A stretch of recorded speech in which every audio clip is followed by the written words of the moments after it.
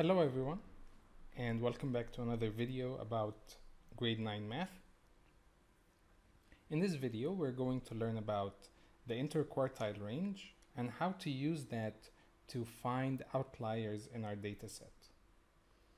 We're going to do that in the context of a question, and in this question we're also going to recap what we discussed in the last video, which is the box and whisker diagram. So let's read the question together and look at what it wants from us. A group of 17 young children were tested to see how long it took each of them to assemble a set of bricks. Their times in seconds are shown below. 1. Draw a box and whisker diagram for this data set, and 2. Determine if there are any outliers. Alright, so to recap, what we need to draw a box and whisker diagram are 5 things. We need the minimum data point. We need the data point at Q1, which is the first quartile, which is 25% of our data. Then we need the median, which is at the 50% mark of the data, the halfway point. We need Q3, the third quartile, which is at the 75% mark of our dataset. And lastly, we need the maximum point, which is the last point of the dataset. Now, luckily for us, this dataset, as we can see, is organized in ascending order from smallest to largest. So easily, what we can get right away are the minimum and maximum before anything else. Our minimum is 8 and our maximum is 51. The second easiest thing to get is always the median. Now there's a very easy and quick formula that you can use for any dataset to help you know the position of your median. It's n plus 1 over 2. Now n here is simply the number of data points you have. That's it. So because the question says this is a group of 17 children, so we know that this data set is made of 17 points.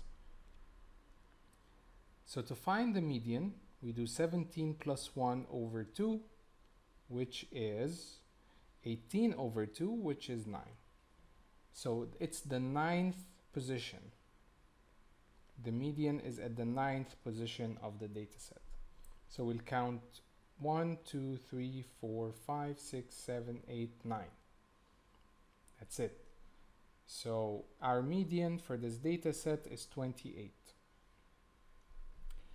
Now to get Q1 and Q3, we simply need to think of what's the middle number between 1 and 9 and what's the middle number between 9 and 17.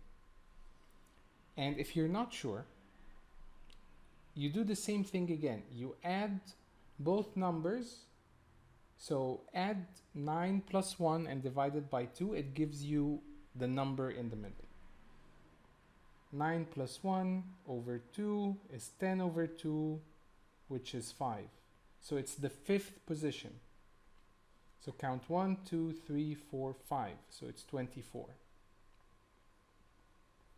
Do the same thing for Q3 using 9 and 15 and 17.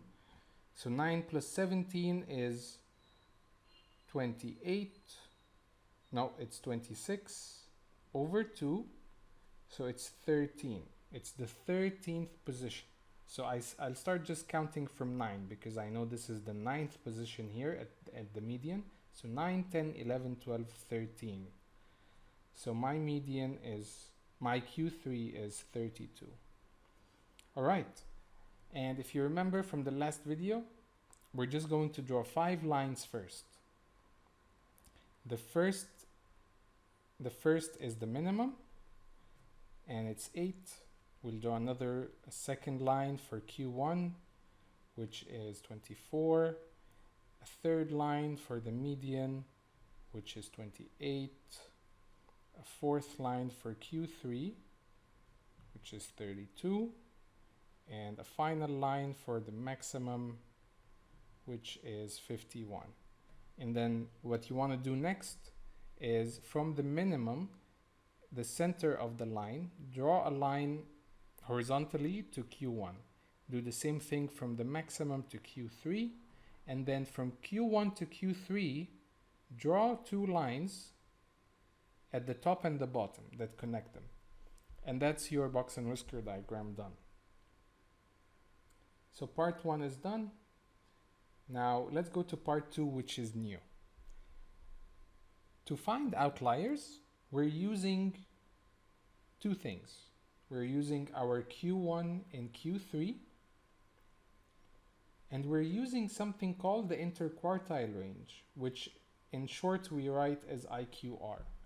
The interquartile range is simply the range of data between our third quartile and our first quartile. So the formula to get the IQR, first of all, is Q3 minus Q1. That's it.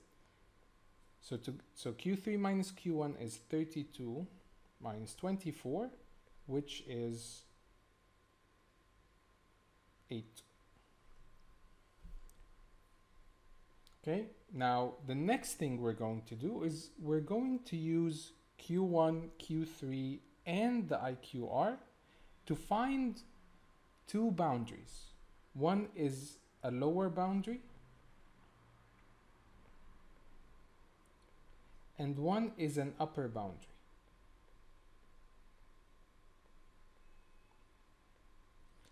Okay, the lower boundary, it uses Q1, and from that we minus 1.5 times the IQR we just calculated. And to get the upper bound, we're using Q3, and we're adding to it 1.5 times the IQR we just calculated. So let's do that very quickly. Q1 minus 1.5 IQR is 24 minus 1.5 times 8, which is 24 minus 12, which is 12. And upper bound will be 32 Q3 plus 1.5 times 8, which is 32 plus 12, which is 44. Now all that's left for us to find our outliers in the data set is to know that if I have a number that's lower than 12 is an outlier, or if I have a number that's higher than 44, it's also an outlier. That's how we're using the bounds we just got. Okay, so let's take a look quickly at the data, and we'll immediately know what our outliers are. So 8 is less than 12, so the outlier, so 8 is an outlier. 12 is equal to 12, so it's not an outlier. We'll go all the way up. 40, not an outlier. 48 is greater than 44, so it is an outlier. And 51, of course, will also be an outlier. So that's it. We just found our outliers. And that's it. That's how you get outliers using your interquartile range. I hope this video was useful to you. Do subscribe, like, and share this video with other people who you think also need it. I would appreciate that. And I'll see you in the next one.